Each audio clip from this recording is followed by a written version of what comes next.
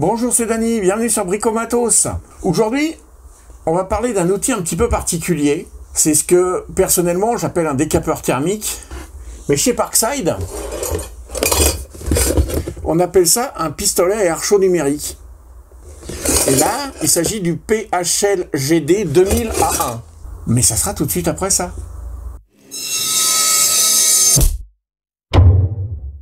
Alors, pourquoi parler de cet appareil maintenant, alors qu'il n'est pas prévu au catalogue?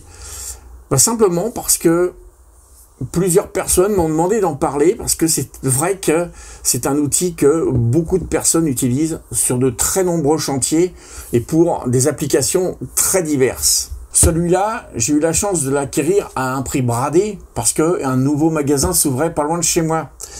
Donc j'ai dû le payer 11 € si je ne m'abuse. À ce prix-là, franchement, j'ai pas hésité une seconde avant de le prendre. Alors, qu'est-ce que cet appareil a de plus que les autres? Je vais vous montrer ça rapidement. Alors déjà, on va faire un petit tour de la boîte. La dock, l'embout à barbecue, il a déjà servi, j'ai essayé. Une spatule grattoir, très intéressant. Quand on parle de grattoir, on a aussi ça. Je l'ai toujours pas monté parce que je m'en suis pas encore servi. Mais techniquement, ça a l'air d'être bien fabriqué. Franchement, je suis épaté. On a un plastique qui a l'air d'être très robuste. La tige, il se moque pas de nous. C'est de la tôle de 1 mm. C'est pas mal. On a le petit embout plat, classique. Et on a une petite buse un peu fine. Et bien entendu, l'appareil. Toute petite info, c'est fabriqué par Grizzly Tools. On va rentrer un tout petit peu dans les fonctions de l'appareil. Et il y a plein de choses qui me plaisent beaucoup. Comment se présente la chose? Bon, c'est un pistolet à air chaud. Une grosse buse en sortie. Il y a beaucoup d'aération, donc ça présage à la base d'une bonne circulation de l'air, ce qui est important sur un décapeur thermique. Surtout qu'on nous annonce quand même 500 litres d'air à la minute, ce qui commence à être pas mal. Une température de 650 degrés maximum. En face arrière, on a l'interrupteur de mise en route à 3 positions, 0, 1 et 2. On a un panneau d'affichage pour la température bicolore, 2 boutons pour le réglage de la température et 2 boutons pour le réglage du débit d'air. Donc déjà, ça commence à nous montrer un truc un petit peu sympa. Je ne sais pas si vous avez constaté, il y a un petit truc un petit peu particulier. Vous voyez ça? Et ça, c'est 2 petites ailettes. Je vais vous montrer à quoi ça sert tout de suite. Et de nombreux utilisateurs vont constater à quel point c'est sympa comme option. C'est plat aussi, ici. On peut le poser debout. C'est-à-dire qu'on peut l'utiliser en stationnaire. Ce qui est très pratique. Vous le mettez en route, vous le réglez, vous le posez en stationnaire. Et quand vous êtes, par exemple, sur du façonnage, sur des tuyaux de PVC ou quelque chose comme ça, vous avez vos 2 mains pour travailler votre PVC. Rien que ça, déjà, c'est une option qui valait le détour. Maintenant, on va rentrer un petit peu dans le détail de la configuration. Le bouton de marche arrière. Position 0, arrêt complet. Position 1, on ne peut pas régler la température. On est à 50 degrés. On peut régler juste le débit d'air. Donc, moi, personnellement, je vois pas trop la fonction, mais peut-être que certains vont me dire exactement à quoi ça peut servir. Voilà, ceux qui savent, à vos commentaires. La position 2, ça permet de régler le débit d'air et la température de 50 à 650 degrés par palier de 10 degrés. Donc, c'est vraiment super précis. Donc, je vais vous faire une petite démonstration de l'utilisation. Position 1, 50 degrés. Réglage de la vitesse, ça se fait ici. On a 5 paliers. 1, 2, 3, 4, 5. Vous voyez, il y a un baragraphe là qui va de 1 à 5. Simple, hein. La température, quant à elle, n'est pas réglable. On peut... Il n'y a rien à faire. En revanche, sur la position 2, voilà, tout est absolument réglable. Petite option visuelle. J'aime bien les trucs visuels parce que si vous n'avez pas tout le temps l'œil parfaitement sur les chiffres, il y a un repère visuel qui est très important. C'est-à-dire qu'au moment où vous allez le régler, vous allez le démarrer, il démarre à 50 degrés. Vous allez le régler pour lui demander d'être à 500 degrés par exemple. Au moment de monter, c'est pas instantané, faut pas rêver. Pour que l'on puisse vraiment différencier le moment où il est en train de se mettre en température et le moment où il a fini, l'affichage change de couleur. Donc, au moment où on va être en montée de température, ça va être éclairé en rouge. Et dès que l'appareil est en température, clac, vous êtes en vert. Je vous montre. On va monter la température. Allez, à pas peur. 250 degrés là. Il est très rapide à monter d'ailleurs. Vous voyez, il est rouge. Et vous allez voir qu'il monte très vite en température. Vous voyez, 190, 200. Il est en température, il se monte. Allez, on n'a pas peur, on le monte à fond.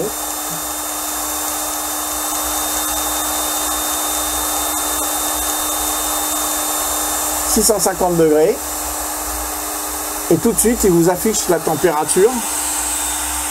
Je fais gaffe à mes oreilles quand même. Il vous affiche la température actuelle. Ça commence à chauffer bien. Hein. Heureusement que j'ai la main qui n'est pas très près. Donc là, on voit vraiment que ça chauffe très très fort. Et voilà, on est arrivé à température. Intéressant, non? Alors, un truc que je conseille, au moment de le faire redescendre en température, moi, j'ai pas envie de l'arrêter tout de suite. Et je vais vous expliquer pourquoi. Je me gourre peut-être, hein, peut-être que je fais un excès de prudence. On a une pièce qui est très chaude. On a de l'air qui circule. Donc là, c'est totalement froid pour l'instant. Mais si je l'arrête alors qu'il est à 650 degrés, je pense que le plastique va se mettre à chauffer. Personnellement, pour éviter ça, au moment de l'arrêter, avant, je vais redescendre ma température. Vous voyez, quitte à la redescendre jusqu'au bout, on peut rester appuyé, la température monte toute seule, on n'a pas besoin de faire tic tic tic tic tic. Il est rouge et on profite de l'air pour le refroidir un peu plus vite. Vous voyez, la redescente en température est très rapide aussi.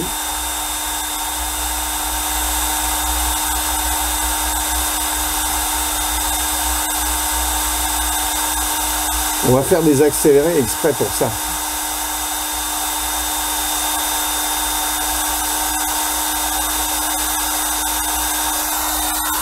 L'intérêt, c'est que maintenant, ma pièce, elle n'est pas froide, mais regardez,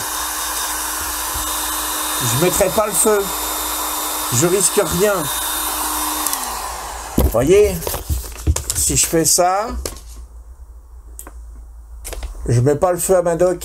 Je pense que c'est une bonne option de sécurité. L'idée de base, c'est de vraiment être en sécurité quand on va couper le décapeur.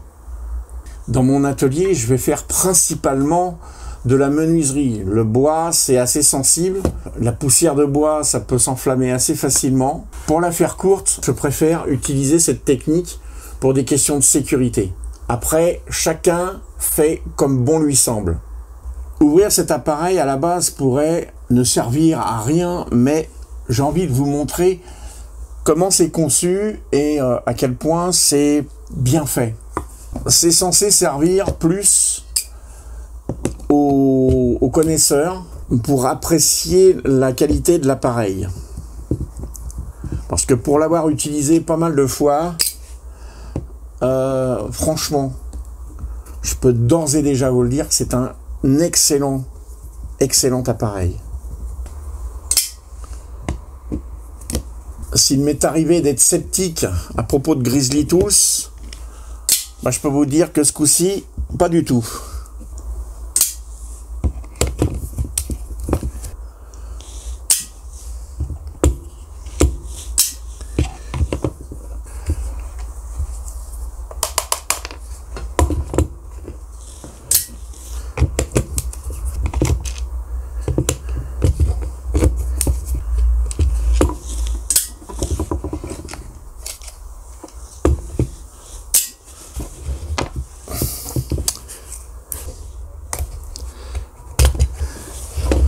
Voilà, l'idéal pour le débloquer, c'est par le haut de la poignée. Voilà. Une fois de plus, là, on constate un ajustement qui est vraiment top. Voilà l'intérieur de la poignée. Je lis ce qui est marqué là, ça va me permettre de déterminer quel type de matériau. PA6+, GF30, plus TPE. Je sais qu'il y en a certains parmi vous qui ont des connaissances en plastique. Voilà, ça c'était pour vous. Alors on est pas mal. Au niveau de l'alimentation, simple, un gros bouton, 2 condensateurs, un bornier, c'est pas mal fait. Franchement, jusque là, c'est très très bien fait. Hop. Le bouton qui se remet là. On a le corps de chauffe et le petit moteur du ventilateur. On a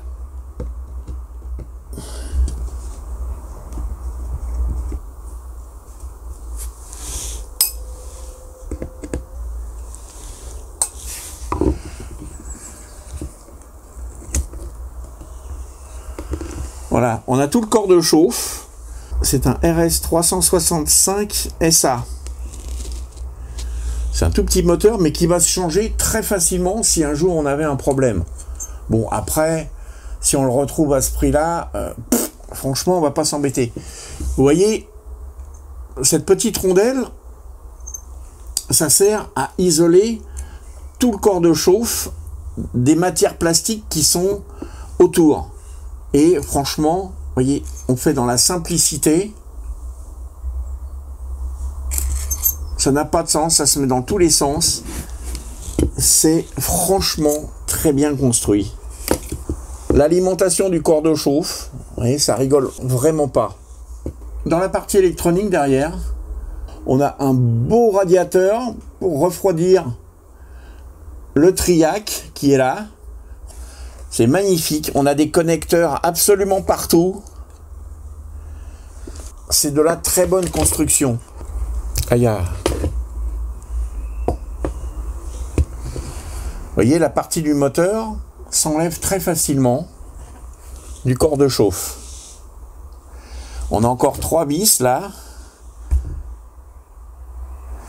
Vous voyez, petites ailettes pour l'entrée d'air. Vous voyez, le corps de chauffe en interne, c'est vraiment super bien fait. C'est très propre. Il y a un détrompeur ici, on peut pas se gourer. J'aime bien. Clac. Donc on va pouvoir passer au remontage. J'espère que les connaisseurs auront apprécié la vision des composants de cet appareil. C'était vraiment histoire de démontrer à quel point c'était bien construit et pourquoi je fais autant d'éloges sur cet engin. Je préviens, il est un petit peu enquiquinant à remettre en place le truc. Mais il aurait tendance à se remettre dans ce sens-là. On met un peu le cul avant, attention. On remettrait un petit peu la partie arrière légèrement avant la rondelle. Donc attention, il faut bien la viser. Mais ça se fait bien. On le positionne comme ça. Attention aux fils qui sont sur le côté. La petite rondelle qui vient se mettre. Et normalement, il vient se positionner tout seul. Alors une fois qu'il est positionné, tout de suite, pas de pitié. On vient. On se rappelle du truc des vis. Un petit tour en arrière toujours. Pour rentrer dans le logement. Avant de resserrer. Pour pas flinguer le pas de vis. Et on y va. Une fois qu'on est positionné comme ça, c'est beaucoup plus facile. On a nos fils qui viennent se placer derrière la colonnette là. L'idée c'est que ça vienne pas se prendre dans le système. On replace proprement notre cordon d'alimentation. Le bouton marche arrêt, il a son logement.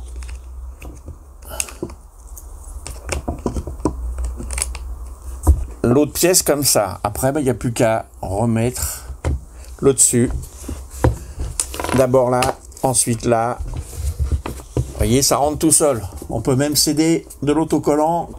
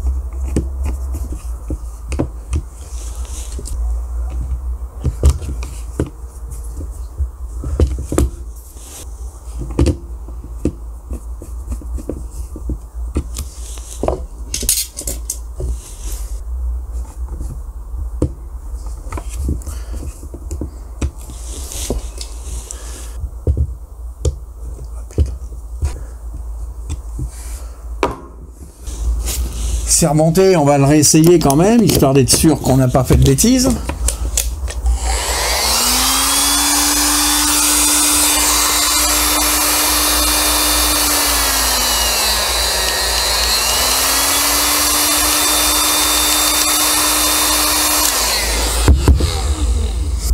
Pour une utilisation standard de décapeur thermique entre 50 et 650 degrés, j'ai pas trouvé mieux que ça. Le réglage numérique, on va dire, est vraiment là pour nous aider. Et pour tous ceux qui ont besoin de leurs deux mains pour travailler, la position verticale, elle est terrible. Sur ce, cette vidéo s'achève. Je vous remercie d'avoir regardé jusqu'au bout. Tout nouveau, il y a une page Facebook qui est là pour échanger sur le matériel, poser des questions. Il y a un lien dans la barre de description, il y a un petit lien sur le bandeau là, en haut à droite là, il y a un petit bouton Facebook, vous appuyez dessus, vous tombez directement sur la page. N'hésitez pas à poser des questions, j'essaierai de répondre à tout le monde au maximum de ce que je peux faire. N'hésitez pas à mettre un pouce bleu sur cette vidéo si ça vous a plu, abonnez-vous si ce n'est pas encore fait, et je vous dis à bientôt pour une nouvelle vidéo.